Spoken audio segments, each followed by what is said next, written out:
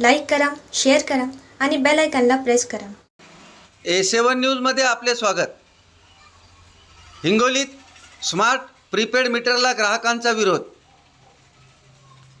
सर्व वीज ग्राहकांना स्मार्ट प्रीपेड मीटर्स लावले जाणार आहे असे महावितरण कंपनीने जाहीर केले आहे.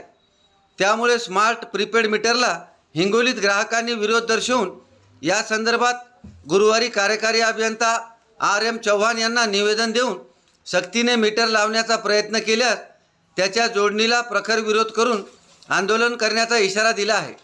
या प्रकरणी दिनांक 13 जून रोजी हिंगोलीतील वीज ग्राहकांनी महावितरणच्या कार्यालयात दिलेल्या निवेदनात नमूद केले की राज्यातील वीज ग्राहकांना स्मार्ट प्रीपेड मीटर्स कंपनीच्या खर्चाने मोफत लावली जाणार अशी खोटी व चुकीची माहिती दिली जात आहे. या संदर्भात टेंडर मंजूर करण्यात आले असून सर्वत्र मीटर्स लावण्याची मोहीम सुरू होणार आहे.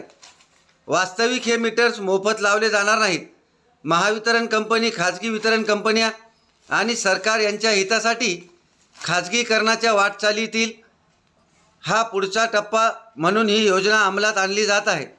वीज कायदा 2003 मधील अधिनियम क्रमांक 47 अन्वये कोणते मीटर वापरायचे यांचे स्वातंत्र्य व मीटरची निवड करण्याचे सर्व कायदेशीर हक्क संबंधित वीज ग्राहकांना आहे. कंपनी अघोषित सक्ती करून ग्राहकांच्या या हक्काचे व कायदेशीर तरतुदीचे उल्लंघन करीत आहे. त्यामुळे सध्या असलेले पोस्टपेड मीटर ही यापुढे कायम ठेवावे.